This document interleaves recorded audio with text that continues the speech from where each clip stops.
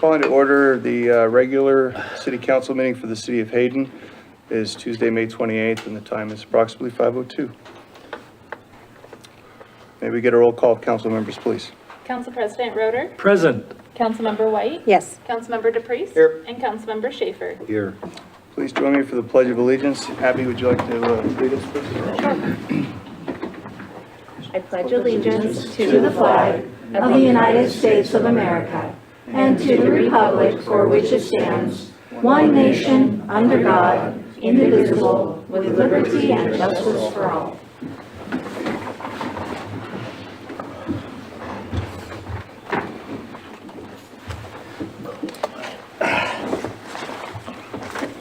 Moving on to additions or corrections, I need to call for a motion to approve the amended agenda, which is just item 1E, adding the words "and resolution."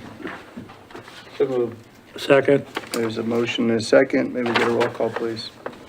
Councilmember Schaefer? Yes. Councilmember White? No. Council President Roeder? Yes. Councilmember DePriest? Yes. Okay, motion passes. Tonight, we are going to hear item 3B ahead of item 3A, and we're going to hear item 4A after public comment. Moving on now to the consent calendar, which consists of approval of the April 23rd, 2024 City Council meeting minutes, approval of PZE 240035 Kencor Zone Map Amendment written decision, acceptance of Stafford Holdings LLC dedication of right-of-way and dedication agreement, approval of Hayden Lake Irrigation District actual cost utility agreement for Ramsey Road Extension Project, approval of state and local agreement and resolution for Ramsey Road Extension Project, and authorizing local funding in the amount of $3,423,257. Appointment of Nancy Jones to the Arts Commission, approval of 2024 F550 purchase from Mike White Ford, approval of purchase requests for new sewer camera van from SWS Equipment LLC. Approval of 2024 Hayden Days Entertainment Agreement with Ruby Frog Entertainment Incorporated for DJ services. Approval of professional services agreement with JUB Engineers for H6 Sewer Force Main Project. Approval of the notice of awarded contract to Poe Asphalt Paving Incorporated for the 2024 chip seal project. Approval of 2024 Honeysuckle Beach concessions proposal and 2024 Honeysuckle Beach concessions agreement with locals, ratification of the April payroll, and approval of bills for payment. Is there a motion?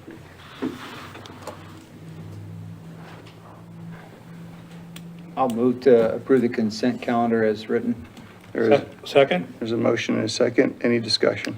Just one question that I have regarding the chip seal. Reading the roads that will be getting the chip seal, I see Lancaster is one of them. And it seems like that's a pretty new road, or they've redone it. What portion of Lancaster will be chip sealed as part of that bid? It's kind of a, it's not a new road to begin with. Okay. It is the road, it's our portion of the road east of, west of 95 and the portion east of 95. The portion east of 95 stops at the base of the hill. Okay, I thought there was work that had been done on there and it was fairly new, but you're saying it's older and it needs it. I haven't really looked at it, I just wanted to question it. It is, it's already been chip sealed before. It's been chip sealed probably a couple times in the past. It's that old. And so Alan, can you tell for the public why we do chip sealing, we do it frequently, because what does it do to the road? We chip seal we try to seal our major roads about every 5 years. Minor roads, 7 to 8 years. It seals the surface, keeps the base road from oxidizing, loss of road. It also reduces the amount of wheel path depressions you get, and it just lengthens the life of the road. Otherwise, it will not last. So what the message I get is it's an economical way to lengthen keep the longevity of the road going. So it's a good thing. And it is important to do it to good roads early. Okay. Thank you. May I also just add that it's also part of our maintenance plan? It is part of our maintenance plan. All our roads are on our chip seal program. And I want to say, Public Works, they do a great job on taking care of our roads. I think we have the best. Any other discussion for the consent calendar? Mr. Mayor. Yes. Yes, I'd like to comment on item 1F, commission approval. We've spoken a number of times, and you know my thoughts on commission approvals being put in the consent calendar. I'm opposed to that. Idaho Code 50210 states that all appointments to permanent boards, commissions, or committees shall be made by the mayor with the advice and approval of the council, and we have not had a chance to discuss, give advice, or have input on this. And so I say this every time. This is not an isolated case. I've just watched a Rathdrum City Council meeting. They include discussion on commission members in their regular agenda and vote in the agenda. So I would just like to add that for the record. So I will be voting no on the consent calendar tonight. Thank you. Any other discussion? May we get a roll call vote, please? Mr. Mayor, Yes. Councilman White just brought up something that I didn't realize. I don't want to beleaguer this issue because we have such other important business, but I think it's for a matter of transparency, it would also be important. So I'm just here to not second, but to provide support for what Councilman White has said. Thank you. May we get a roll call vote, please?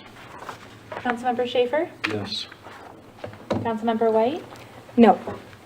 Council President Roder? Yes. And Councilmember DePriest? Yes. Okay, we're moving on to visitor and public comments. As we do have a card up tonight, I will read a script for the public. This is a city council meeting, transparently documenting city business. Although not a meeting with the public, we provide citizens with an opportunity to address this body if they fill out a card located at the back of the room by the door. Public comments are welcome, but they cannot include upcoming issues for which our city council will reasonably hold a hearing. This especially includes issues related to anticipated land use decisions. As we are here to positively build our city, please refrain from using the podium for spectacle. Individual comments are limited to 3 minutes, and the speakers will state their name and primary residential city prior to addressing council. I encourage everyone to more meaningfully engage the city through a personal appointment with staff or myself if there is a problem to solve. I will visibly indicate when a speaker needs to quickly conclude their comments. We have Ray Drexler from Rocking R.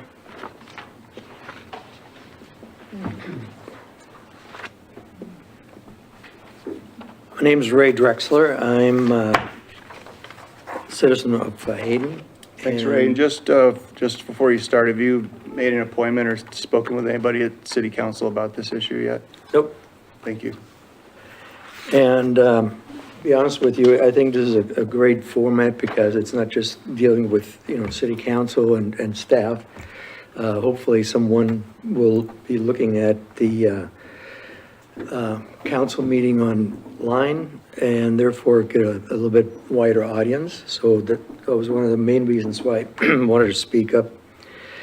I represent the HOA for Rocking R, and a couple of the items that I want to address is that, we hear a lot of things here on these council meetings and pertaining to the development of the city, some of the things that are going on. We listen to developers' issues and zoning issues. And the one thing I wanted to reiterate is that it was brought up several times, even by council, that transparency is very important. And we seem to struggle in our city with transparency. And the other issue also is that, as we know, a lot of our citizens do not come to these meetings and also probably wouldn't look at them online. And, it is a sad state, but I think most of our citizens here in the city they voted for our council members, and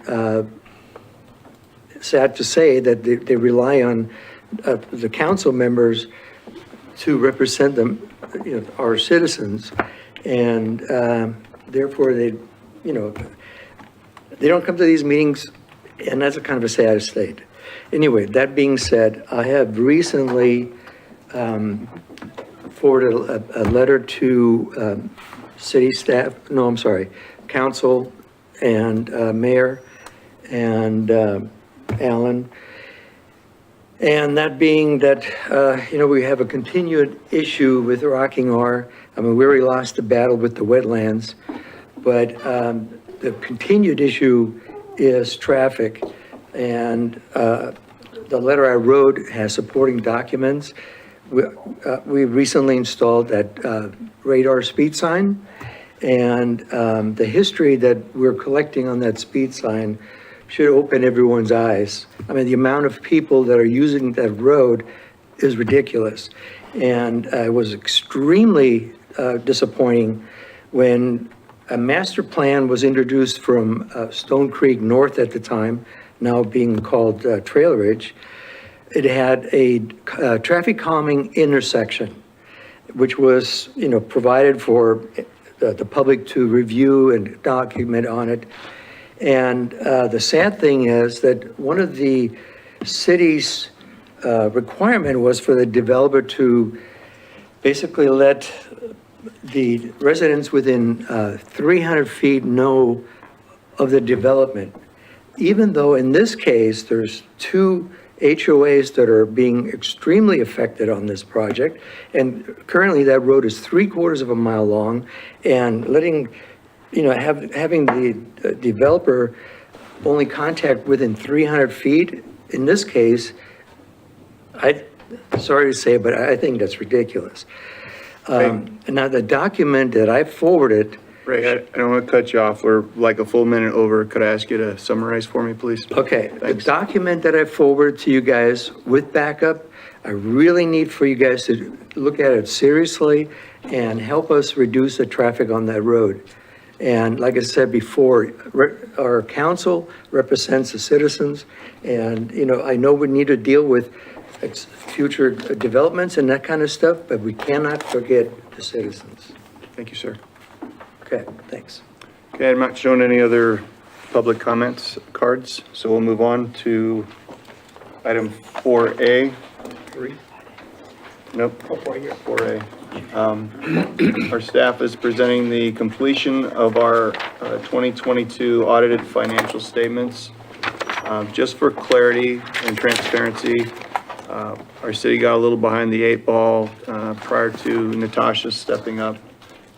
Natasha and Lisa have been working into the night for months, and I mean that not days, not weeks, to get our financial records audited by the state and accepted, and there's still a lot of work to do. I am truly amazed at the Herculean effort that's been put in by this, and I truly mean that. And this is Tony, our auditor from Alpine Accounting. Summit. Yeah, Alpine Summit. I always get, we just changed names, so I'm Changed used our to name, the old name, and I didn't want to butcher it. So Alpine Summit CPA Services, and she'll be presenting the financial statements for us, or the audit, and then if we have questions together, she can answer whatever. Thank you. Okay. As Natasha said, my name is Tony Hackworth with Alpine Summit CPAs, and I want to echo the mayor on the hard work that the finance department has done. They've worked very hard to get caught up and get moving forward on this. It was a very difficult task, so yeah, thank you. So I'm presenting your September 30th, 2022 financial statement audit. I believe all of you have a PDF and perhaps a hard copy of the audit. The report is 53 pages long. I'm not going to go through all of the report, but stop me at any point and ask questions if I don't go over something that you do have a question on.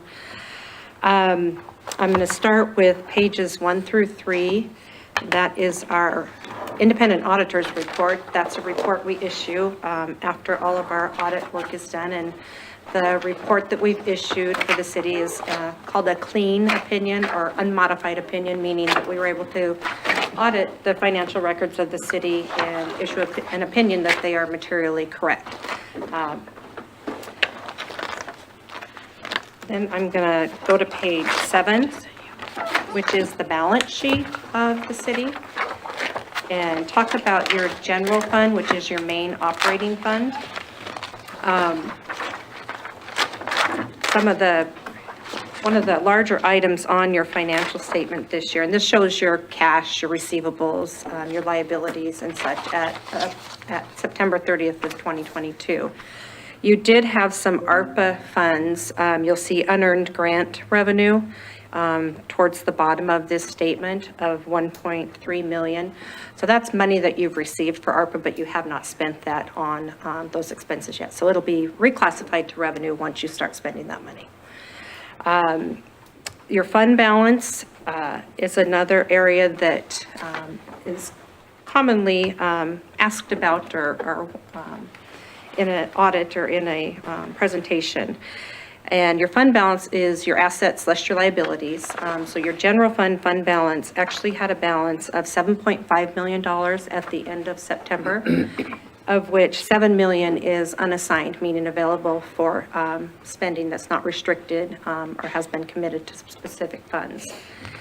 And it's very important to have a healthy fund balance. One of the primary reasons is that your revenues, 84% of your revenues come in through property taxes and state funding, and those only come in, the property taxes, the large amounts come in twice a year, and your state funding comes in quarterly. So you need a healthy fund balance to continue operations monthly as your expenses are not quarterly or semi-annually. So very important that you have that. It also, your fund balance can provide for unexpected capital projects or emergencies and things of that sort. It also provides you to not have to borrow money if you have the funds available for those projects. And if you do have to go out and borrow money, you get a better credit rating if you do have a healthy fund balance. So it's very important to have that. Can I ask real quickly? Sure. Is that like money in the bank? It's, if you were to collect all of your receivables and pay all of your bills, then Got it. yes. Yes. So it's not the exact number of funds in the bank because you have to consider the monies that you're still collecting and monies you're still paying. But so it's your assets, yeah, total assets. If you collected all of your assets and paid all your debt, then that would be the resulting end. I have a question. And I think with government accounting, and correct me if I'm wrong, you don't include on your asset side of the balance sheet buildings and land and equipment. Is that true? That's true, as well as any long-term debt that you have too. So your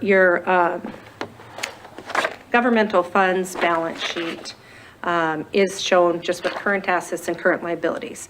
We do present what's called a government-wide financial statement at the front of this that I didn't go over just because you operate on the unmodified balance sheet model. You don't operate on a full accrual is what and that's in the private industry. If they purchase capital assets, they go on the balance sheet. They don't show as an expense. But in governmental accounting on these statements, you show what you've actually paid for capital outlay. So you see what revenues came in and what you actually spent money on, where you wouldn't see that on a profit and loss statement of a for-profit entity. But yes, that's correct. They aren't shown here. Okay. Next, page, let's see, what do I want? 10 and 11. This is your statement of revenues and expenses. And I'm going to talk about the general fund and pretty much stay on that fund. You do have other special revenue funds, which are impact fee funds, and you have a capital projects funds, but the general fund is your main operating fund. So the current year, your net change in your general fund balance actually was a $997,000 loss. But that reflects $2.6 million that you transferred over to capital projects fund for projects. So if you pulled that out of there, you wouldn't have a loss, you'd actually have net income. And it also, you actually had, in the state investment pool, had a loss, decline in value in 2022. So your statement is reflecting a $758,000 decrease in the fair market value of those. That was in 2022. 2023, we rebounded. So that's where on page 42, we show a decrease in the fair value of investments of $758,874. That is correct. That's because our state fund that we invest in, the value of that fund dropped that much. It wasn't that we lost that money. It didn't get spent somewhere. It's just the value of that investment went down. Correct. It's an unrealized loss. Yes, yes. And it rebounded. It's back in a healthy position for 2023 and now for 2024. Very nice. Yeah. Yep, yes. Let's see. Overall, the other revenues were fairly consistent from the prior year. Your expenses had an increase of about $390,000 from 2021. And the largest increase of that was $254,000 in your public works expenses. The other categories of expenses were, again, consistent with 2021. Any other questions on statement of revenue? Okay. And I'm going to go to page 14. And this is what's called the statement. Sorry, wrong page. Page 13 first.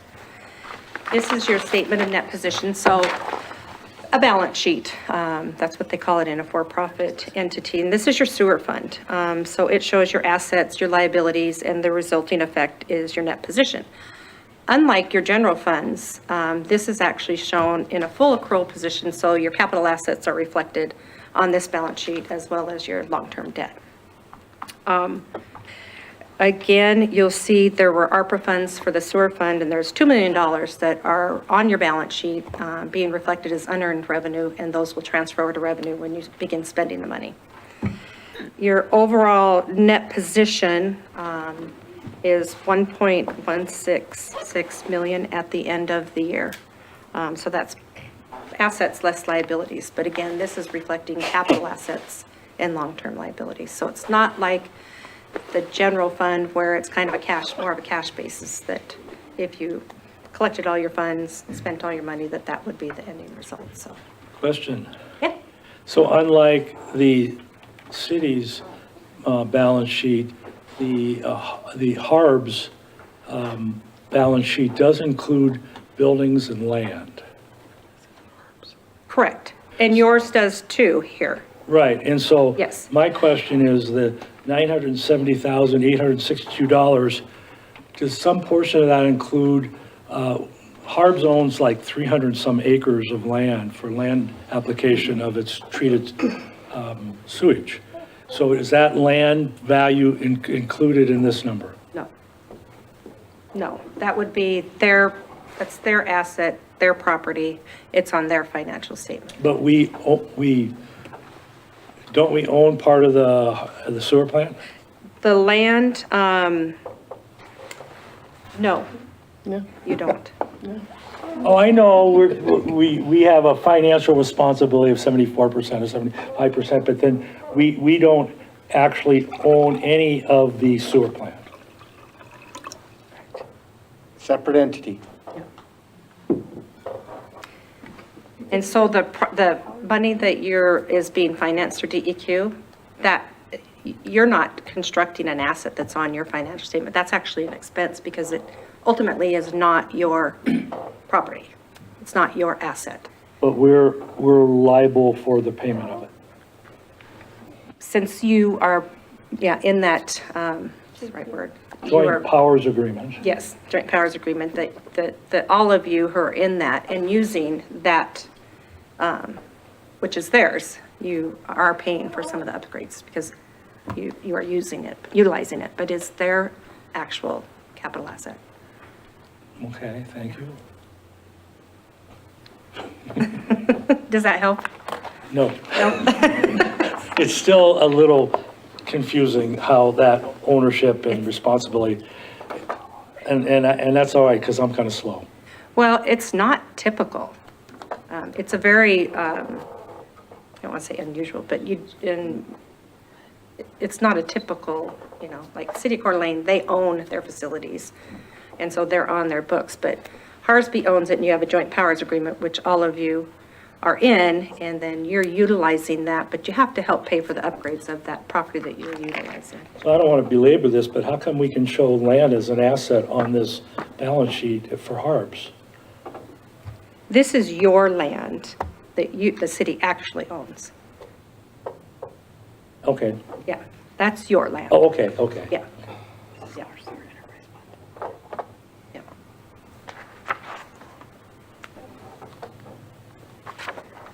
Okay, moving on to page 14. This is your statement of revenues and expenses for the sewer fund. And your charges for services actually decreased by 1.5 million from the prior year. And that was due to there were several large projects in 2021 that resulted in higher fees for the city for that year. The expenses associated with that also went down for 2022.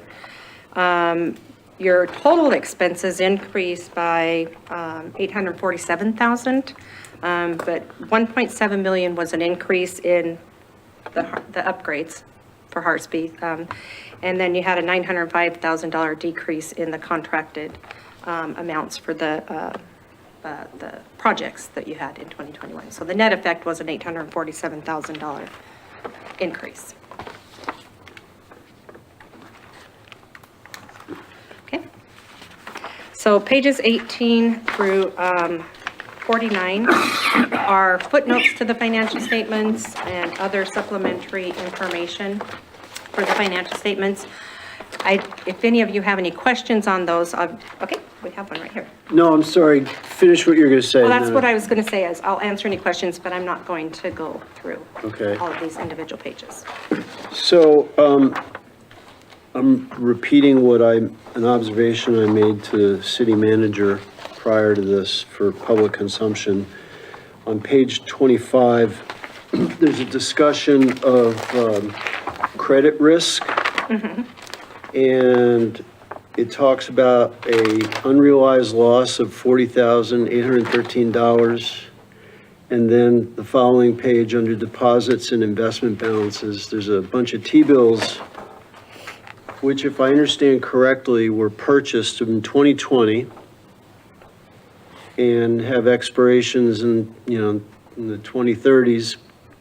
So I remember what interest rates were back in 2020. So if I'm correct, I'm going to state something that I believe to be true, and then you can correct me. So these are bearing an interest rate of probably like 1.5%, right? And if you were to buy the same thing today, you'd be making 5-6% depending on risk.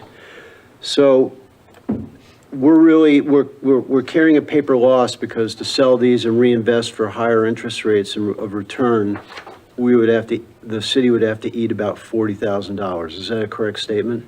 Yes, Okay. yes, correct. What was your question? One more time, Dan Park?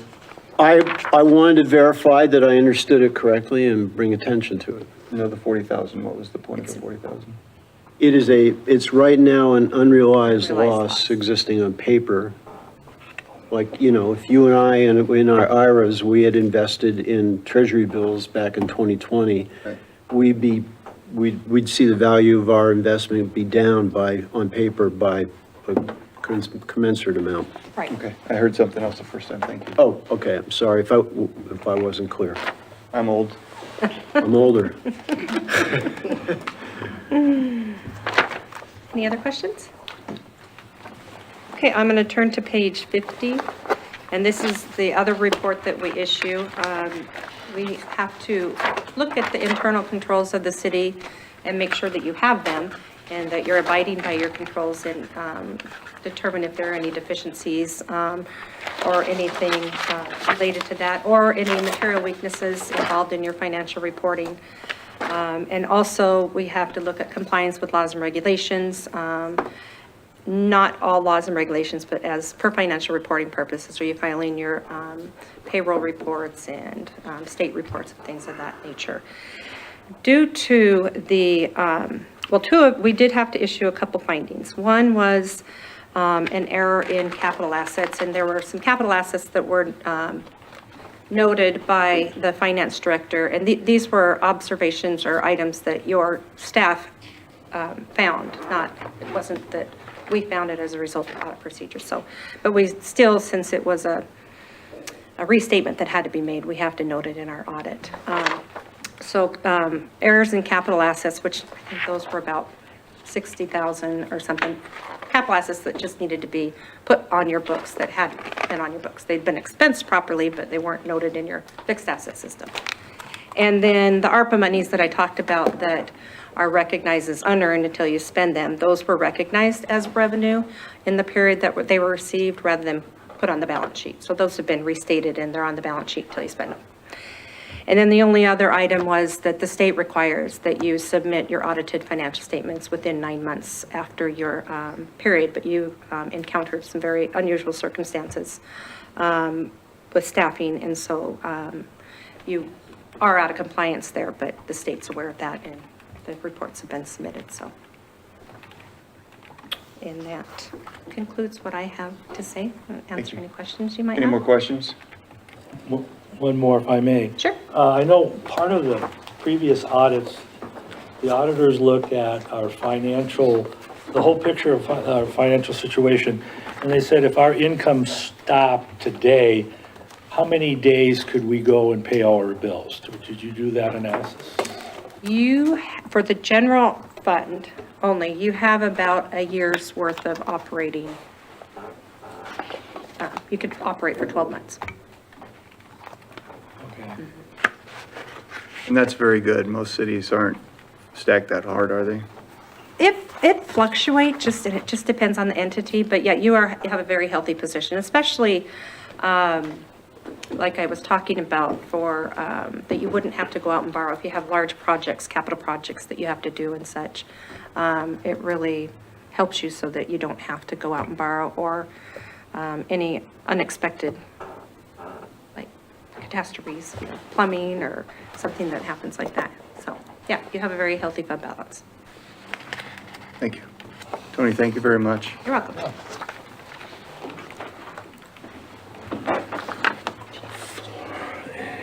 And again, for the public, for Natasha to go back 2 fiscal years, dig through, learn what happened when I didn't think she was here yet. My hat is off to you. And I would also like to say Amanda and Shannon were in the office as well during that time, and really, from my perspective, kept the office afloat amongst many others. But I would just really like to note Amanda's efforts as well in the last 18 months. If anybody's had to carry it consistently, it's her. So if you see her, give her extra appreciation. Thank you. I'd like to make a motion, Mayor. Yes. My motion is to approve the 2022 audited financial statements. I will second that. There's a motion and a second. Can I get a roll call, please? Councilmember DePriest? Yes. Councilmember White? Yes. Councilmember Schaefer? Yes. And Council President Roder? Yes. Okay, we're moving on to item 3B. I'm going to introduce this, this item. These comments are limited to this agenda item and not to council in general, following deliberations from our last regular council meeting. I've personally shown you, council, how HERA has provided our city with excellent projects that have stimulated economic development and benefited our populace without passing additional tax burden onto our citizens. Matt, I share with you your desire to improve government avenue intersections, but you also demonstrate a steadfast desire to exclude other folks' priorities. Sandy, I share your desire to protect and prudently spend taxpayers' monies. You have clearly communicated that you won't respect the separation of roles between council and the renewal agency. And Tom, I understand your frustration tackling projects without all of the information you prefer. I know that you're working to to trust the processes that move our city toward positive outcomes. Our city staff spent days researching the work required to execute our district expansion. Following our last meeting, I directed Lisa to put no more time into this agenda item. The existing HURA district is only allowed to expand one time, and all we have remaining is 3 intersections. To be clear, I'm asking council to vacate the previously approved expansion until it is updated and until council is able to overcome their personal agendas and work together to endorse positive, lasting projects that benefit our city.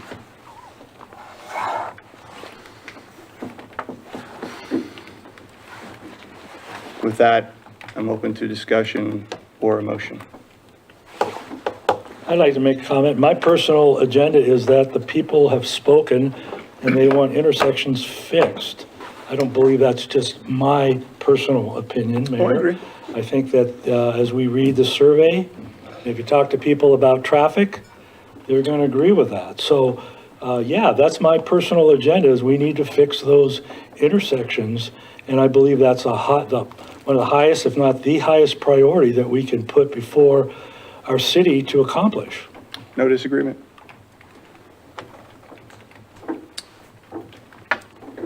Mr. Mayor, Yes. I'd like to address this issue.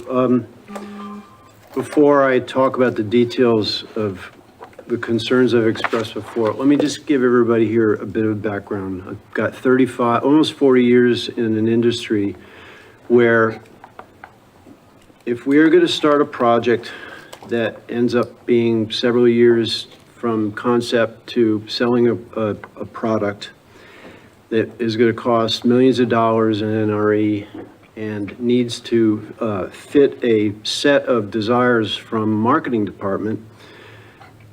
My job as an engineer, both when I was a grunt and also as a lead, was to properly assess risk, to make sure that we weren't taking on more risk that would either, one, affect cost of the project, two, fall behind schedule, or three, fail to meet the performance and marketing requirements. That is the lens through which I view this issue, and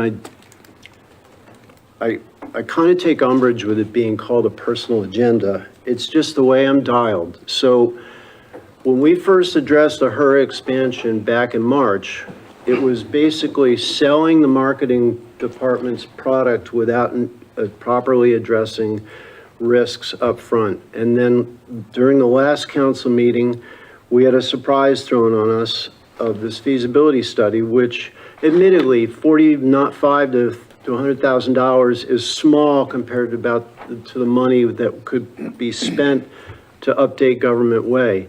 But it still illustrates for me personally unanticipated expenses that I was not briefed on ahead of time. So between last council's meeting and today, I've tried to do as much research as I can to be as informed on this as I can. And because at least the first phase of the HURA expansion had to do with fixing Government Way, which, by the way, I'm 100% behind, the documents that I've read, and I could cite them, are incomplete pictures. One talks about from Honeysuckle to Hayden. The other one I looked at just addresses miles. The first document that I discussed only had one citation at the very end of the document on anticipated costs just for Honeysuckle intersection. Nothing about Hayden, nothing about Orchard. So for me, it's a big question mark. I feel like it's my responsibility as an elected legislator of the city to properly assess risk because I'm acting as a fiduciary for the people who voted for me. So having said that,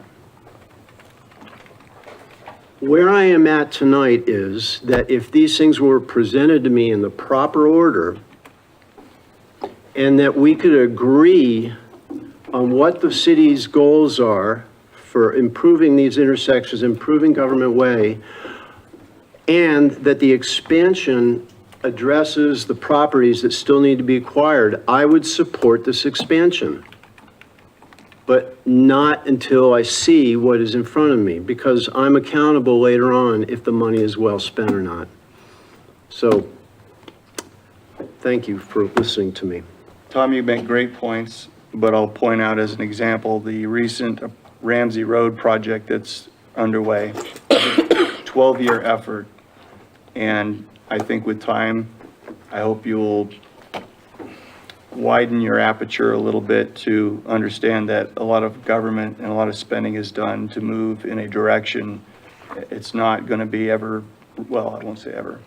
I believe there'll be plenty of instances where we're not going to have the complete picture, but we're still required to move in a direction that facilitates these projects. I hear you, Mr. Mayor, and I know that you and I have common goals at the 60,000-foot level. Yeah. I just see the problem being parsed up and solved in a different way. Yes, sir. Is there a motion? Any other discussion? Mr. Mayor. Yes. Yes. Could you please read your statement one more time? We didn't get it in writing before the meeting, and I didn't quite catch all of your statements. Could you please read it again? What part would you like me to reread? The part I don't understand. I mean, I would like to hear it all again, your whole statement.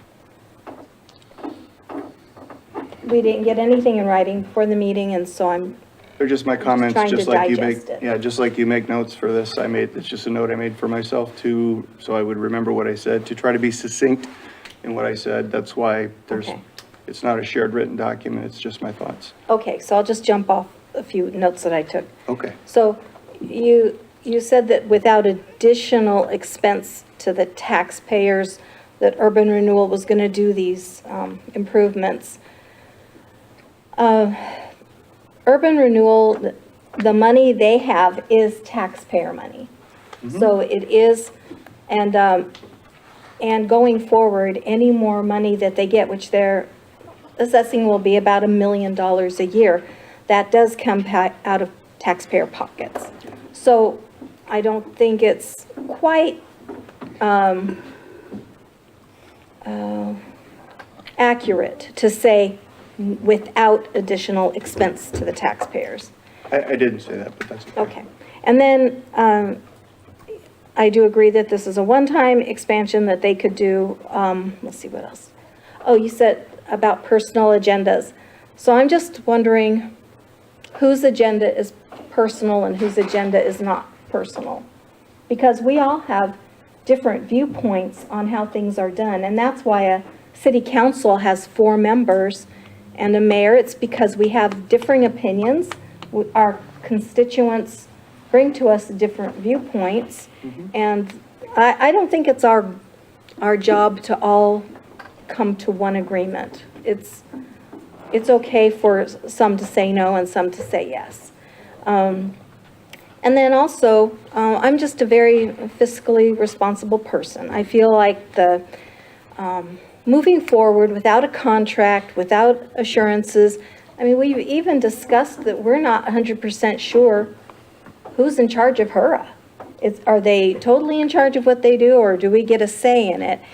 And I wrote a list of 9 HURA questions last year that I submitted to HURA.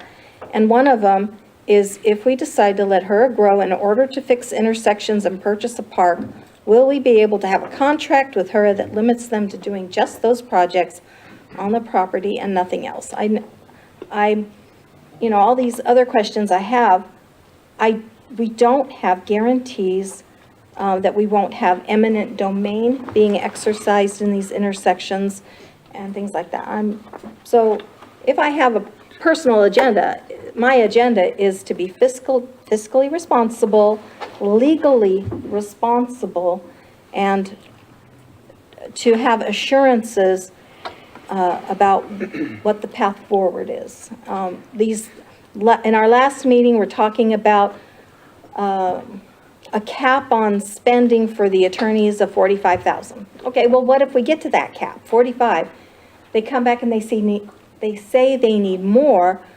Well, we have to give them more because we've already invested 45 and we have to move forward. So there's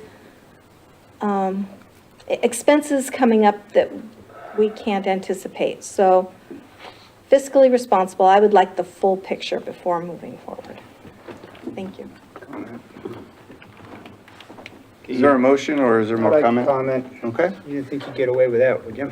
Let's try. Okay, I'm gonna, as always, I'm gonna try and ask for confirmation, I guess, is some things that I'm hearing to get clarification as well as confirmation. HER is a separate entity from the city, correct? We do not tell HER what to do or how to do it, correct? We ask for their assistance and they decide whether they want to assist or not, but we cannot make them do anything, correct or not? I guess the correct answer is yes. Okay? HER would not exercise eminent domain. If it came that far, it would be the city, correct?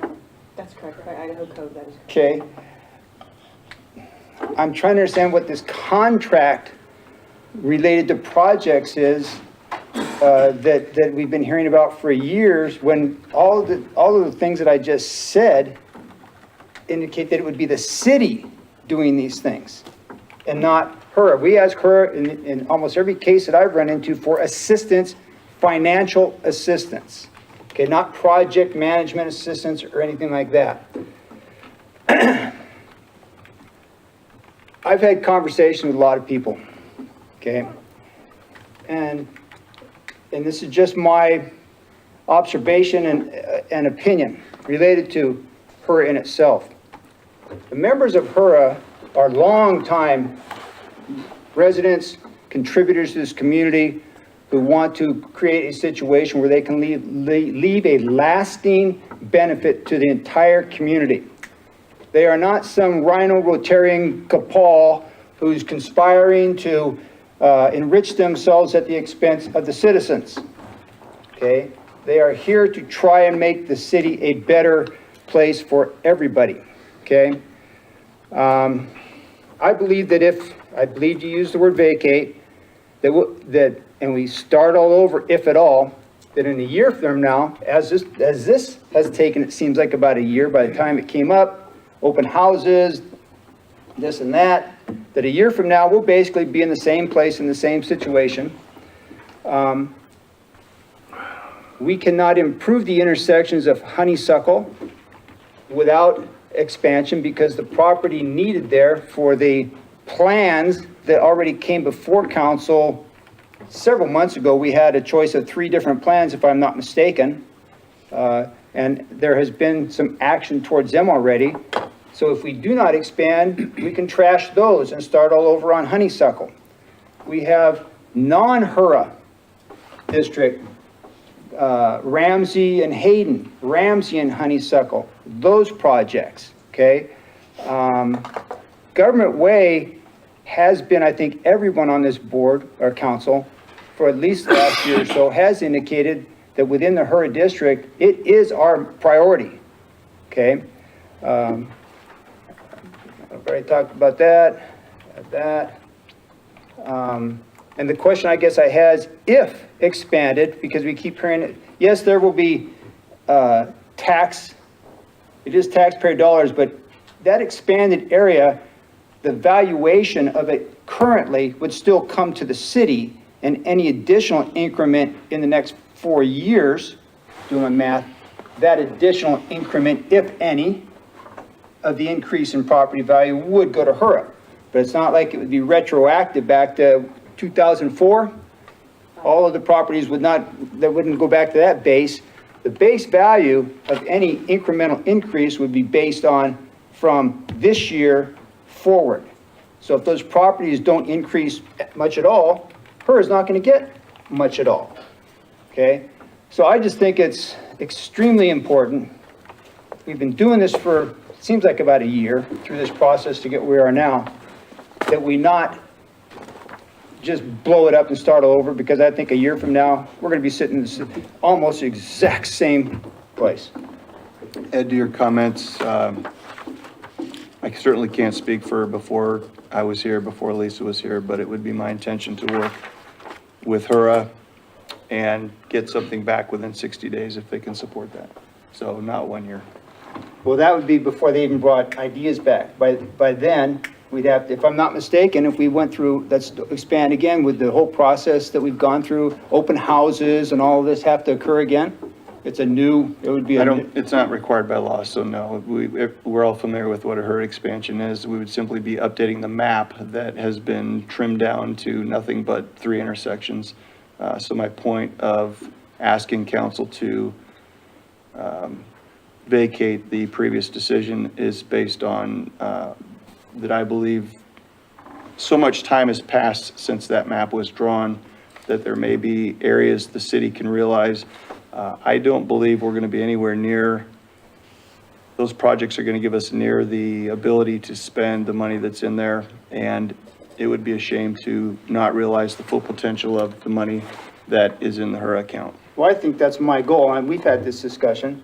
My goal is not to have it sit there and end up in 5 years being redistributed out, Right. and the city of Hayden getting 12% of the residual, Right.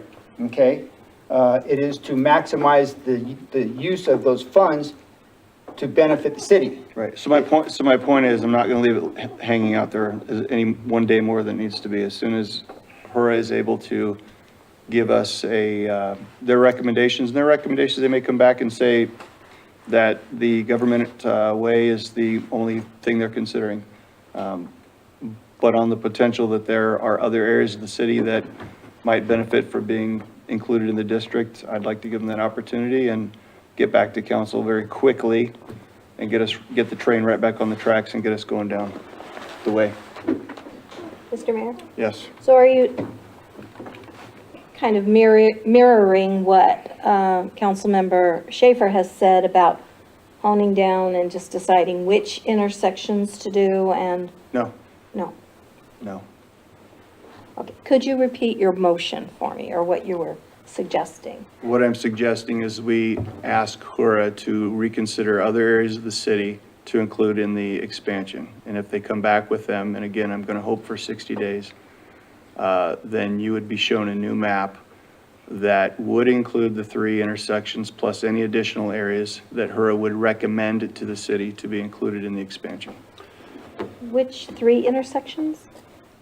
I thought we were talking 4 Yeah, I intersections. thought so as Is well. it 4? I The think it's just 3, original isn't it? discussion back in March was for 4. Honeysuckle, Hayden, Orchard, and Miles. Miles. I apologize. No, not Miles, Wyoming, Lacey. I don't think, Or it what? was Wyoming, not Hayden. Was Wyoming, Miles was in order to get down to the park. Yes. Okay, so I apologize. It's 4, not Sorry, 3. the land. Sorry. So can you give us an idea of what those additional properties would be? No, that's going to be up to HERA to evaluate potential areas for consideration to present to you. I don't have a piece of property that I believe would go in because that's HERA's job.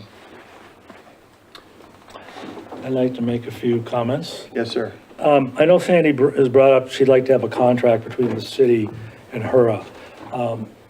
When Hayden Avenue between 95 and Government Way was improved, that was about $1 million project.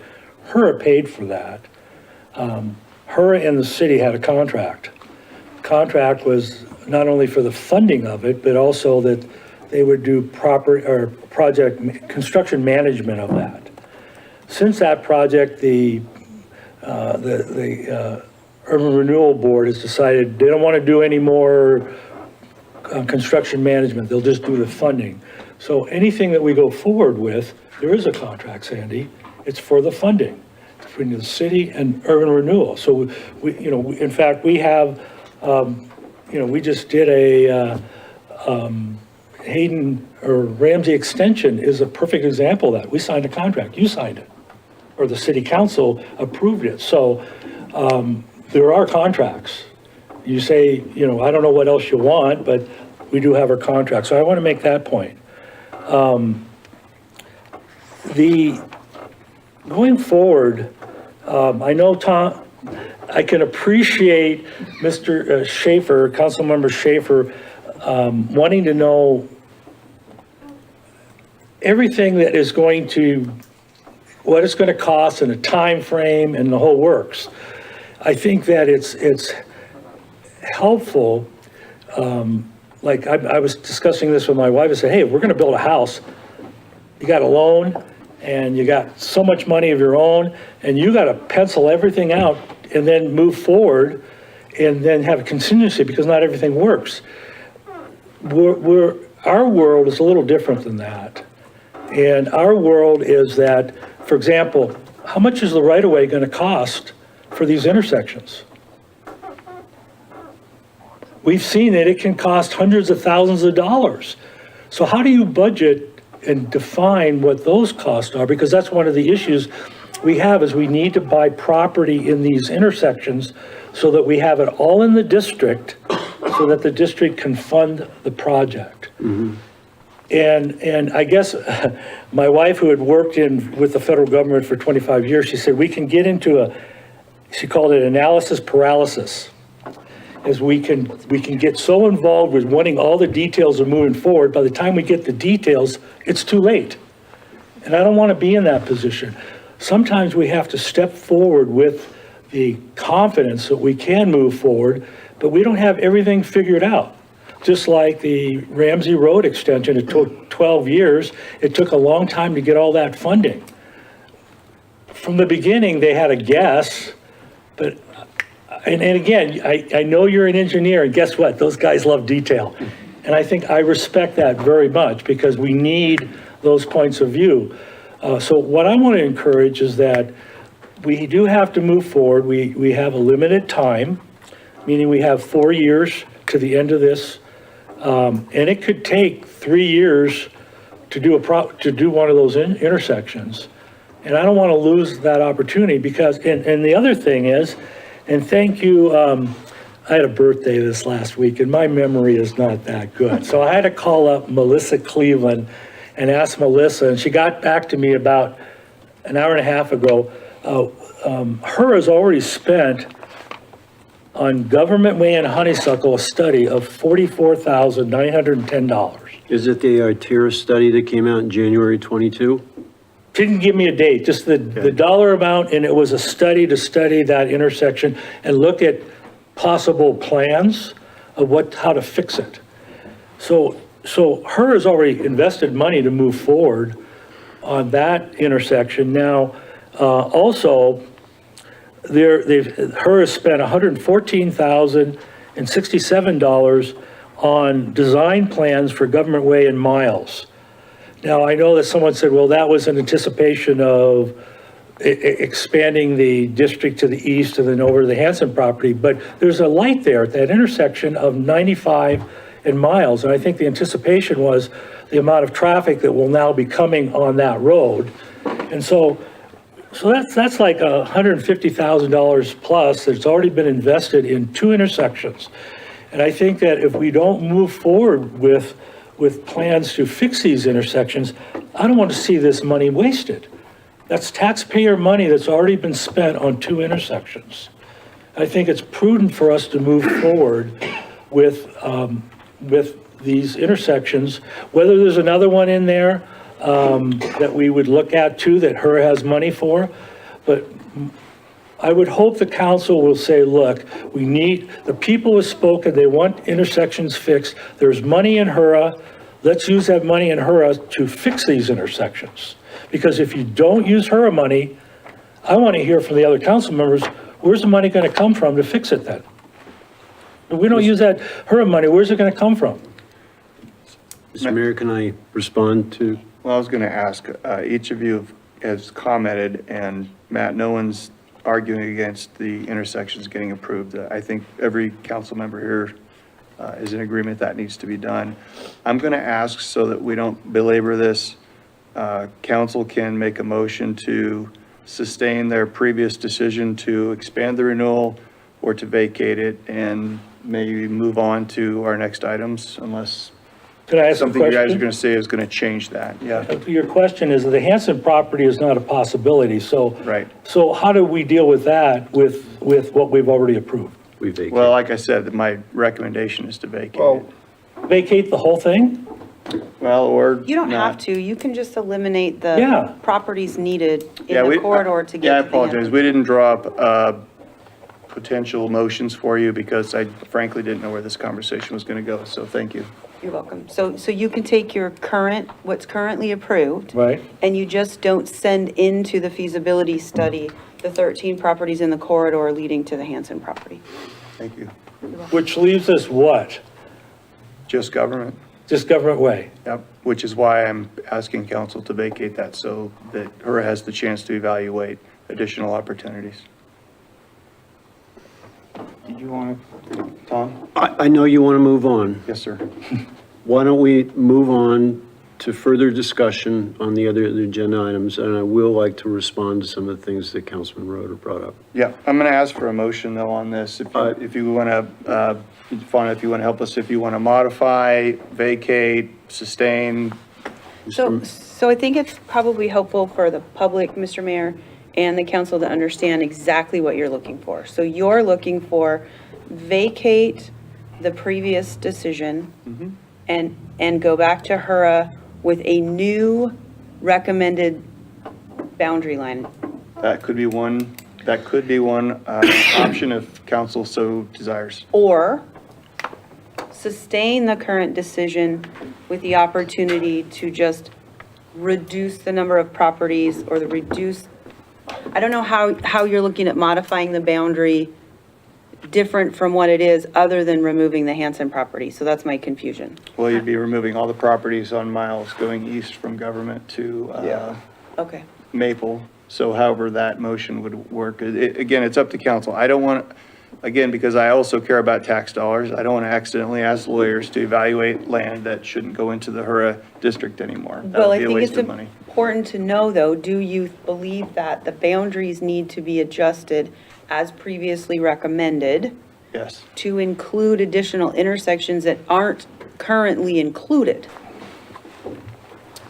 That would be another option. And again, that's why I That feel was a better. question to you. Right, that's why I would feel better about vacating it and giving HERA the ability to better articulate. Because right now, you're right, we have 4 intersections. There could be more intersections on government that we need to put into the district, right? Are the 4 intersections you've been talking about this entire time currently included in the projected boundary expansion? Yes. Okay.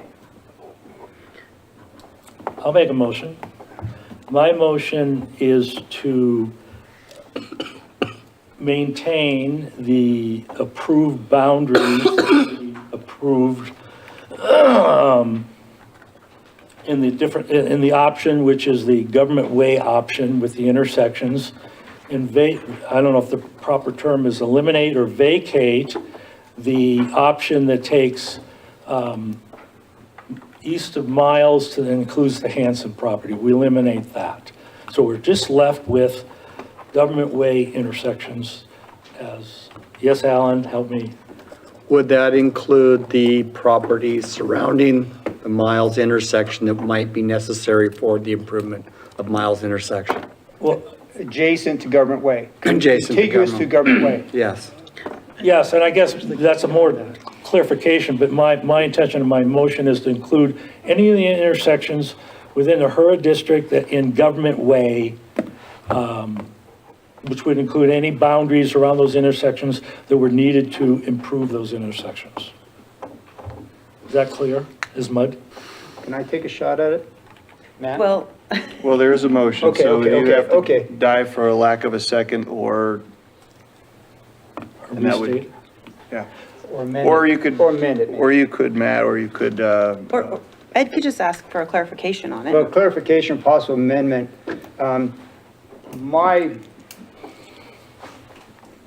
To sustain the current with the removal of the properties on Miles east to Hanson that are not contiguous to Government Way. I'm gonna be careful, because there might be multiple properties. I'm not Well, familiar there's with. a corner. I'm not familiar with the intersection. The northeast corner of Miles and Government Way, I do not believe is currently in the district. Right, but there might be, in order to do a widened lane, for example, you might need more than just the corner piece of property, and I'm just not familiar enough with that intersection. Specific relation to Miles. But you're safest just to say, remove any properties that were necessary in order to include the Hanson property. Sounds good to me. Then you're good. Right? So moved. Seconded. She gets the big one. Okay, there's a motion and a second. Is there any discussion? I would have preferred if we had just vacated and start with a clean slate. Just saying it right now. I think that's an easier way to do this. That's what I asked for. Okay, any other discussion? Hearing none, may we get a roll call vote, please? Councilmember White? No. Councilmember Schaefer? No. Councilmember DePriest? Yep. Council President Roder? Yes. And Mayor Davis? Yes. Okay, since 3B is passed, that makes item 3A a relevant Necessary. and necessary, thank you, action item.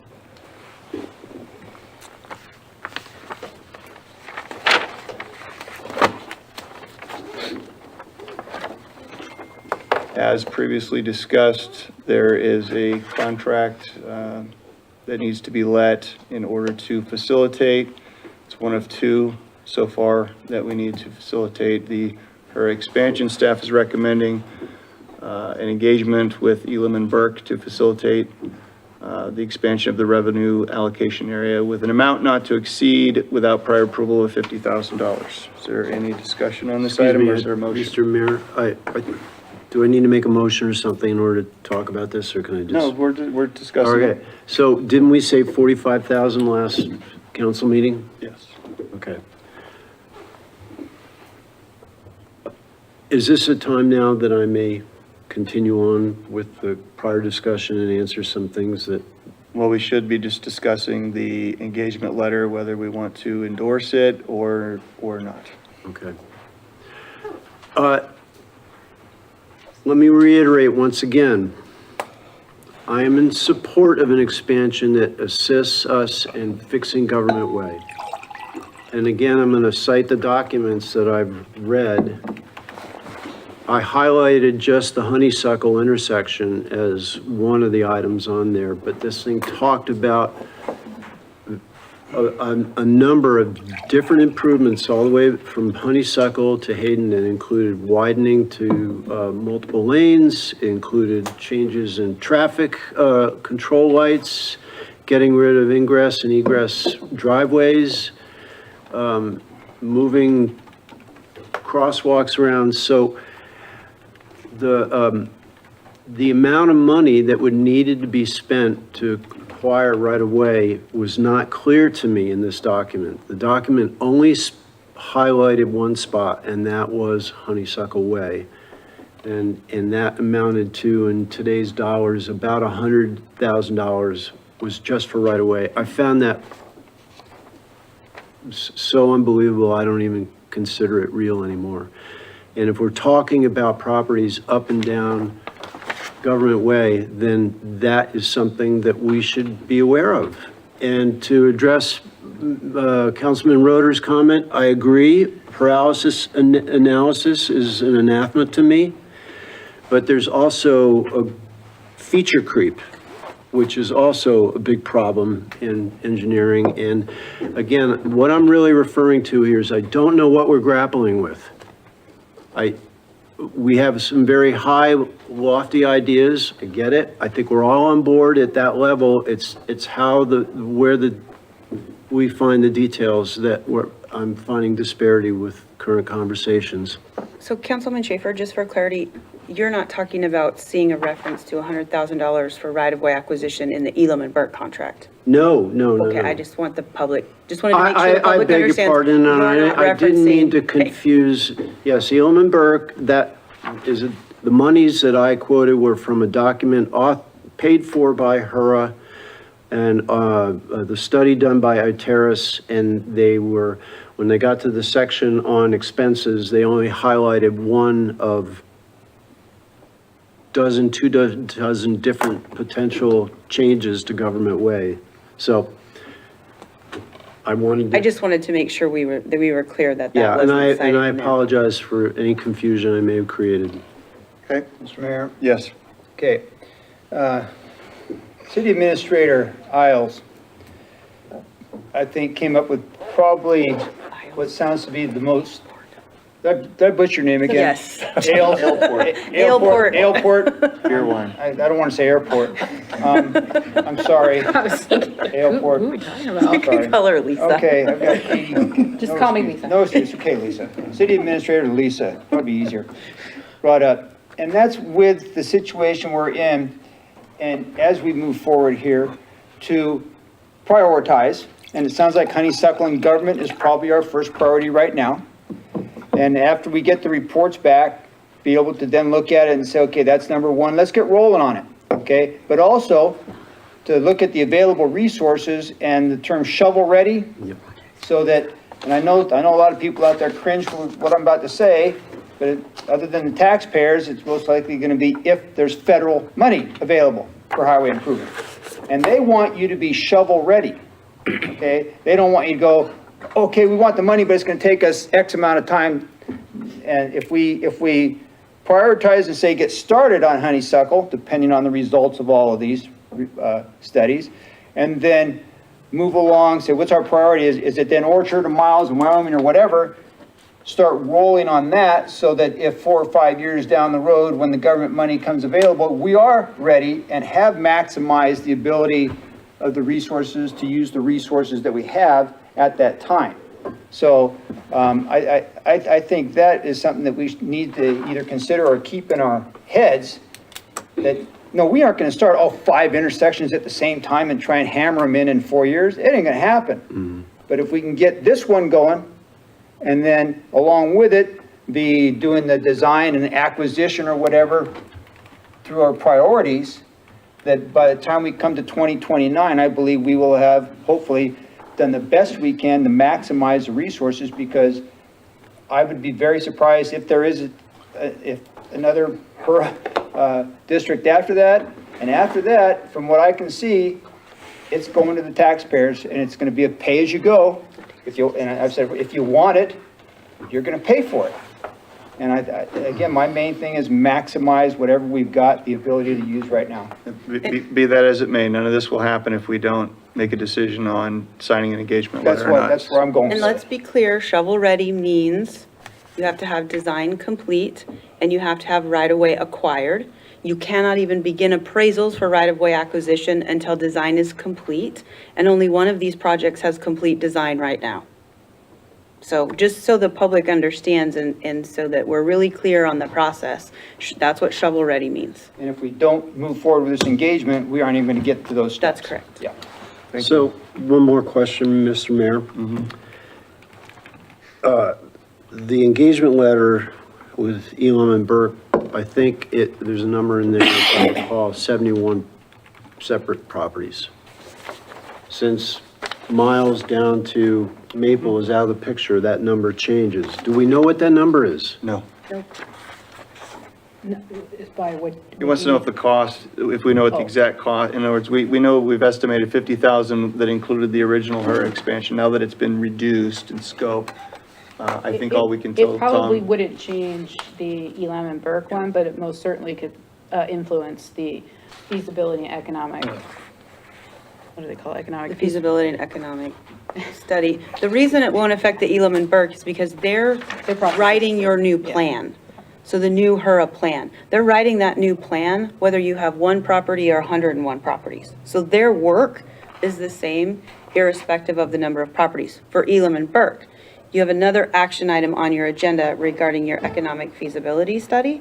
That cost will be different depending on It the could number be, of right. properties. Got Could But be again, different. that, it's set as a cap, not to exceed, so if you feel comfortable going forward with that, we would still begin to produce that work, scaled back.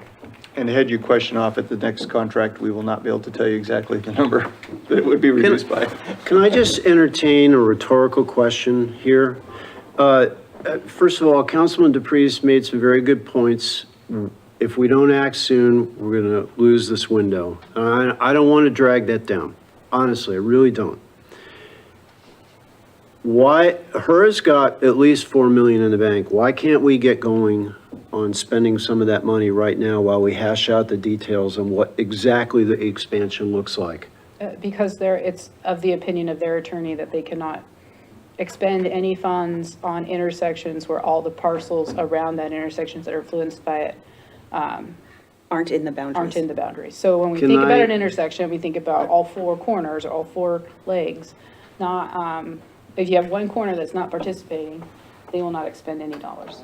Lisa, if I could expand on that. Sure. Because I Please probably do. have the best. The boundary, in most cases, the boundary includes existing right-of-way. Boundary does not include the properties outside the right-of-way. They cannot spend any money on the acquisition of that property. So let's take, I'm just going to, for example, Miles. Honeysuckle, that's the one that. Honeysuckle, and I've got so it the in- widening that needs to be done to add the lane is all outside the boundary, and they can't spend one penny on it until the boundary changes. Maple Avenue, the right-of-way needed to do that road is all outside, I don't know if it's all is, but most of it's outside the boundary, current boundary. They can't spend one penny on that right-of-way and move that project forward. But they. Wait a minute, I don't understand. Gallery. So I remember looking at the current boundary map for Hura, and it covers 3 out of 4 sides of each of these intersections we're talking about, right? It may cover some of the adjacent properties, Yeah, a lot of them, some of it doesn't. I understand. And the other is, staff needs direction from the new council, because we get new council every 2 years. Seems like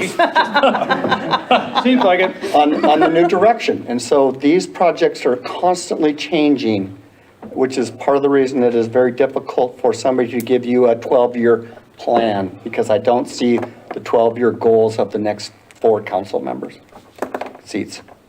So, but anyway, the part of the reason we can't move forward is because we don't have the properties needed in the boundary. So that's why the decision was to change the boundary to fund these projects.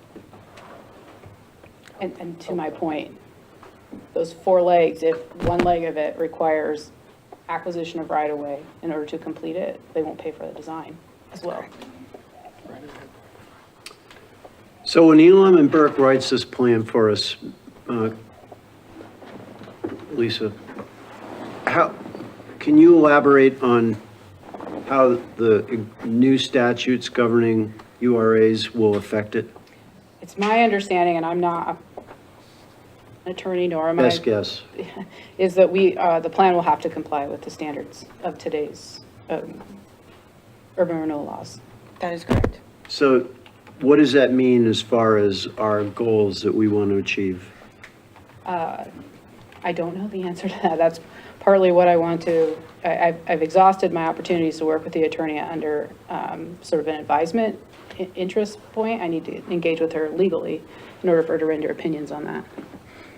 So they can answer that question for you, and that is their job, but they're not going to work on your behalf until you enter into an engagement letter with them. Is anyone on council ready to make a motion? Sure. Where are we? 4A? I would move to approve. 3A, yes. 3A. The engagement letter with Elam and Burke to facilitate expansion of the Hayden Urban Renewal Revenue Allocation Area. Second. Motion, do we have a second? Second. There's a second. Is there any discussion? What's the limit? There wasn't a limit in the motion. Would somebody like to amend a motion? The motion doesn't need, the engagement letter itself says not to exceed 50,000.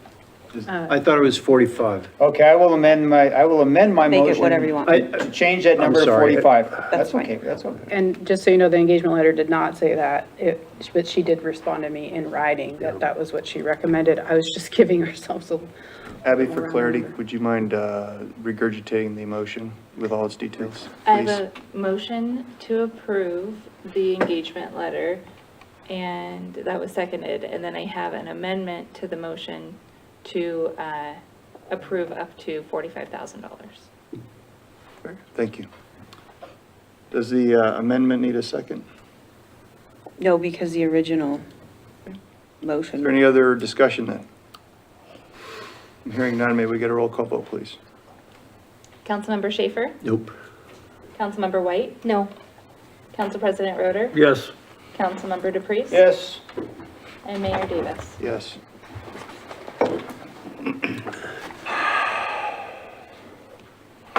Shonda, for clarification, we don't have to make two motions, right? A motion No. on the amendment and then a motion on the Your, original? Ed made the original motion, right? So he amended his motion, and then Matt, you seconded it, and you were fine with seconding it as amended? Okay. I just, yeah, It's fine with the amendment. If someone else amends the underlying motion, then yes, There'd you have have to to have a be. motion to amend. The next action item is PZE 240035, Cancor Zone Map Amendment. Ordinance to enact an amendment to the zone map from commercial light industrial for two properties on West Buckles Road upon publication. You have a motion that you'll call for in language. Thank you.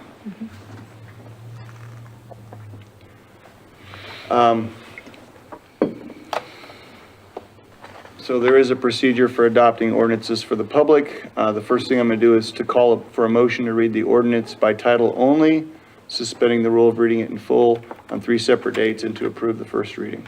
I motion that. Okay, there's a motion. Is there a second? I will second that. A second. May we get a roll call vote, please?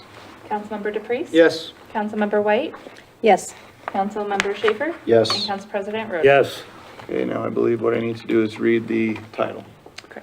An ordinance of the City of Hayden, a municipal corporation of the state of Idaho, providing for change in zoning classification for the lands described in section 1 of this ordinance from commercial and light industrial to only light industrial, providing for amendment of the official zoning map to reflect these changes, providing that all prior zones applicable to the lands described in section 1 are hereby superseded, providing severability, and providing an effective date. Now I call for a motion to adopt the ordinance on having passed its first reading by title only, and that it be published by summary, incorporating the title as the core of the summary on passage. So moved. Motion, is there a second? I'll second it. Okay, may we get a roll call vote, please? Council President Roder? Yes. Councilmember White? Yes. Councilmember Schaefer? Yes. And Councilmember DePreez? Yes. And for the public, all ordinances will be published in full or by summary within a month after passage, once the ordinance takes effect.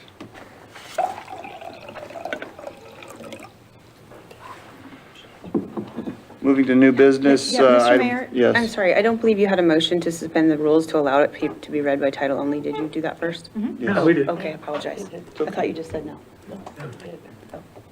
I appreciate you I keeping us on our appreciate toes. Moving on to 4B, action item, the authorization to sign professional services agreement with Olivia Metz of the Metz Group to prepare an eligibility report and economic feasibility report for the Hayden Urban Renewal Revenue Allocation Area Expansion.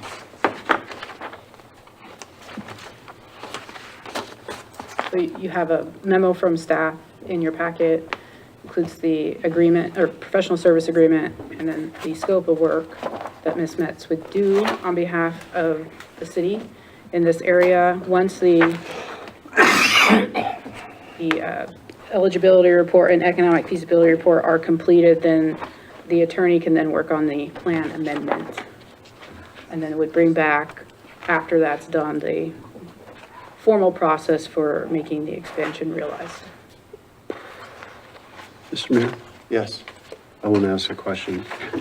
For the benefit of everybody here, as well as me, could we just quickly summarize the difference between what we just approved and this one, what they each do? Right, so the contract with Elam and Burke is to assist the city to navigate the process of expansion, essentially for creating a, we'll call it a new district, right? So the expanded district. In order for the attorney to complete that work, they have, the eligibility report and the economic feasibility has to be done by a third party. We wouldn't want to have the same person tell us that it meets the threshold of the urban renewal law as it relates to those properties meeting the statute requirements. So blighted, you know, have economic opportunities for renewal, say. And then, so Olivia will complete that task. And then once council accepts that report, it'll be forwarded to the attorney to complete the plan update. The property can't go in the plan if it's not deemed eligible and economically feasible. And that's what That's what this is. The other one was to look at the economic feasibility of the, No, the other one is to actually rewrite the plan. rewrite the plan, okay, So, sorry. yes, so to take the properties that are deemed economically feasible, that you approve to go into the expansion, and then write the plan, including those in the expansion. Basically create the additional Yep, to the district. expanded boundaries. So, not to rub salt in the wound, because I know this has become just a frightfully contentious issue, but see, I was shocked to get this feasibility study last council meeting, not hearing any, or catching any wind, and now here's another one, an additional $50,000.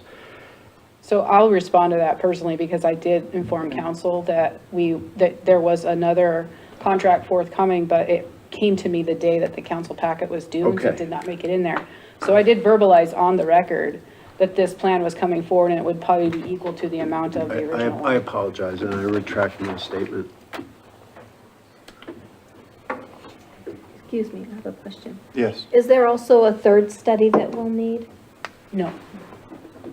The only other additional work that will come as a result of this will, dependent upon the action of the council to adopt a new eligibility report, economic feasibility report, would be to create a legal description of the new boundary. So we will have to work with the land surveyor to help with that process. I initially reached out to some engineering firms to get a quote, but after my initial discussions with Megan at Elam and Burke, realized that my understanding of that process was probably far more expansive than it needed to be, so I'd rather work with her to develop what that would be before we engage, what that cost would be, because I think it would be misleading to assume now what I think that cost would be.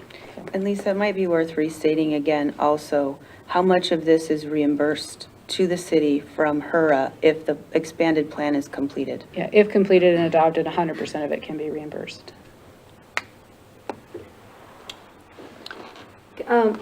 We were told previous that HERA could not pay for this, these studies and legal fees. So where is it in the urban renewal statute that they would reimburse So us? once the district boundaries are expanded, any work associated with those, which these would be associated with, can be reimbursed, but they can't be paid for in advance.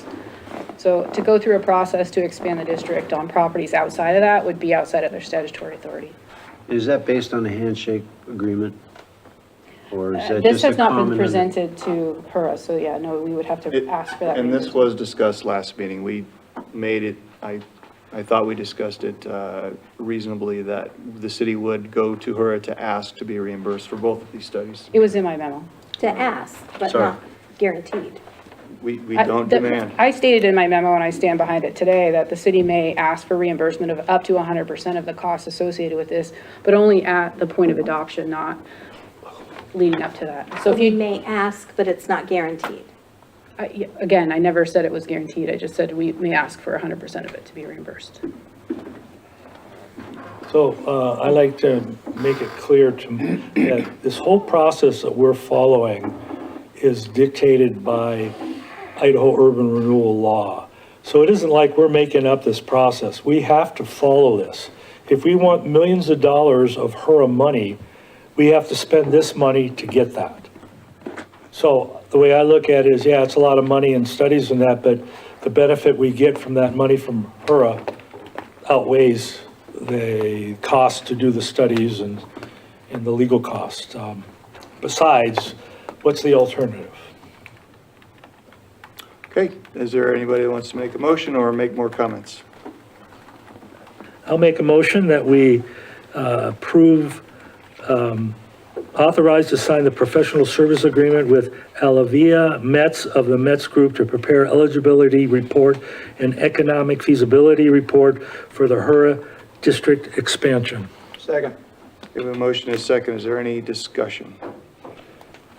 I'm just going to state for the record, Mr. Mayor, I know that my desires, I expressed them. I made everybody, I tried to make everybody clear how I felt about the situation. Didn't go my way, but now I'll be 100% behind it. So I don't see a reason to vote this down when it comes to the vote, okay? Any other comments? Can we get a roll call, please? Councilmember White? No. Councilmember Schaefer? Yes. Councilmember DePreez? Yes. Council President Roder? Yes. Okay, I believe that's all the unfinished and new business for tonight. We're moving on to the reports section. Lisa, do you have anything on the calendar that needs to be discussed? I just wrote down somewhere here, but I'm not going to find it, that there were two events that Councilwoman White brought to my attention that didn't make it on the calendar, and that is the June 13th. Remind me what we're calling that? Open house with planning and zoning, town hall, yeah. And the two dates for the next two budget workshops, which are, remind me, June, it's the Wednesday, 12th, thank you. And that was Yes. sorry, that's not the next one. The next one is this Friday, May 31st, and then June 12th. Okay. So those two will amend the calendar online as well. Can I ask about the planning and zoning event? It's the 18th, right? Or 15th? The 13th. I'm all over the map, sorry about that. I did know that it conflicts with an important event going on here in the county that will keep at least one of the council members from attending. Is there any way it can be moved in order that that conflict does not exist? So if we move it, we're into the end of July or the first part of August, and we're mucking around in the middle of budget workshops. All right, I I can't just- get a quorum otherwise, and so, yeah, we worked really hard to try to make sure that we stayed within the council's direction to keep the process moving and kept it in June. All right, I- thank you. I'm, yeah, sorry. All right, it's cool. And I have to say that Susie, who's not here, also had another coach, she had a coaches meeting scheduled in here for the same night, and she graciously has moved it out to the park, and so we coordinate a lot of schedules, so And I'm two- sorry, we really try. Two planning and zoning commissioners changed their plans to So be that there they- that What night. time is that? 4 to 7 On the 13th. on the 13th. And we have noticed correctly. Yeah. Oh, but didn't we send something in the paper?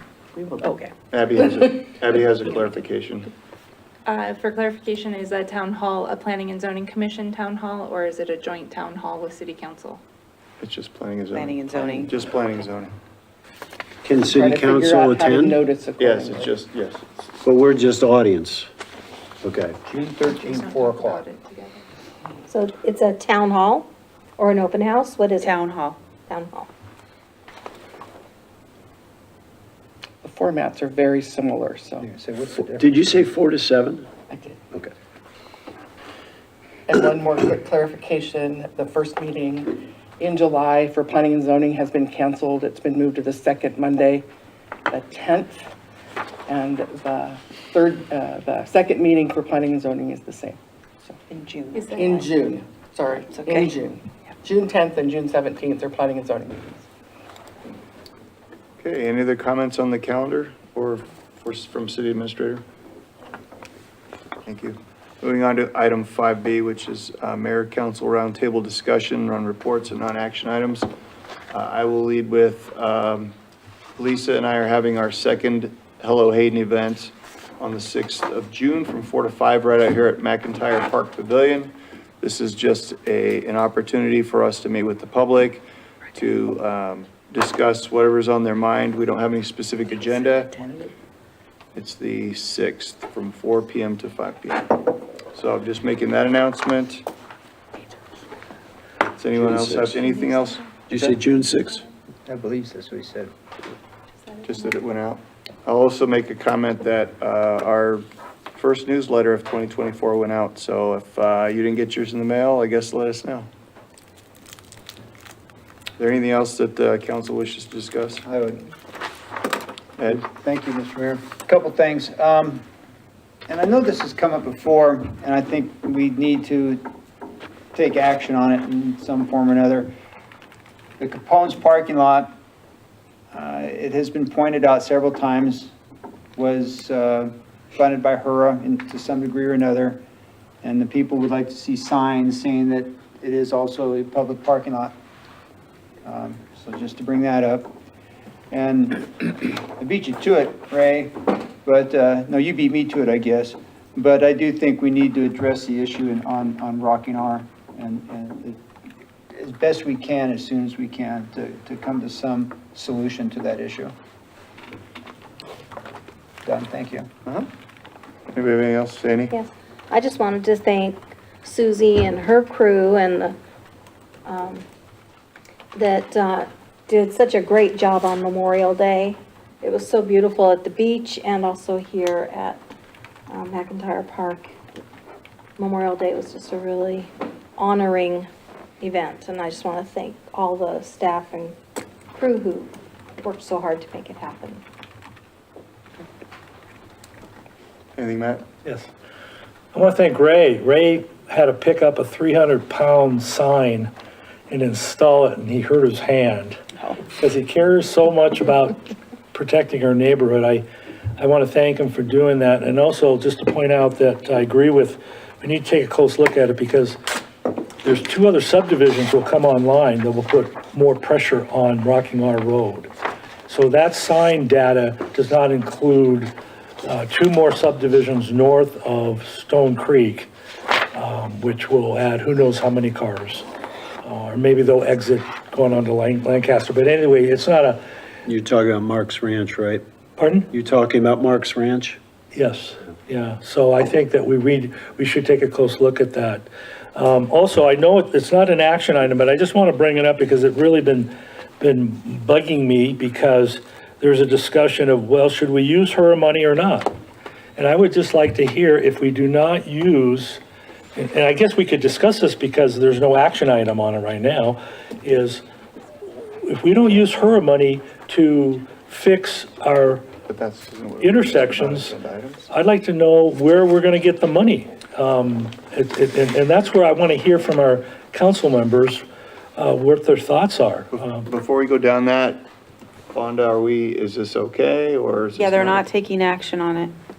It wasn't listed on the agenda for It's discussion. an agendized item over and over tonight. So if he wants to ask the question, he can ask the question. Okay, thank you for that clarification. Just wanted to keep us above the water. No, that's good. But yeah, I mean, I think it's important that we understand where, I'm sorry, go ahead, Ed. No, go ahead if you want to finish, but I do want to respond to what you're saying. Go ahead. That's all I had. I just would like some clarification. This sounds to me like we're basically in discussion for personal opinions and things like that. Again, I've had conversation with several people, citizens, what have you.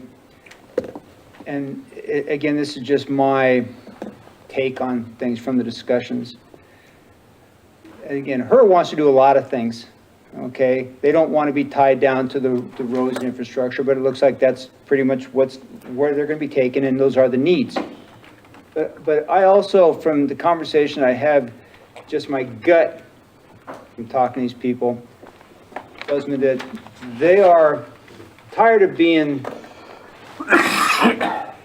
badmouthed, for lack of a better term. Okay, and there's a prevailing feeling, again, just in my opinion, that in effect, and I've said this before, related to, if not her aware, well, and I could be totally wrong, but I don't think I am. They're saying, okay, if you don't want our money, find it yourself, because they're tired. These are good people, okay, who are trying to do the best for this community, and they've been here a long time doing good things for this community, and I personally think it's not a good thing that they have been continually lambasted and badmouthed the last couple of years, and I don't blame them. They don't have to participate. They could say, forget it, go find it yourself. And in which case, I keep saying, I don't see too many other options to it. So with regards to that, I agree with Council President Roeder. If not, where else? Thank you. Okay, is there any other discussion? Move on to the executive session, which is, we need a motion to move into executive session Idaho Code 742061F is to communicate with legal counsel for the public agency to discuss the legal ramifications of and legal options for pending litigation or controversies not yet being litigated but eminently likely to be litigated. So moved. Do we need a roll call for this? May I get a vote, please? Councilmember Schaefer? Yes. Councilmember White? Yes. Councilmember DePreez? Yes. And Council President Roder? Yes, could we take a short I was- couple minutes for? Yeah, can we, I make a motion that we go to the bathroom? 6:45, I'll ask the public to please be gone by then. Thank you. Please do. Oh, boy.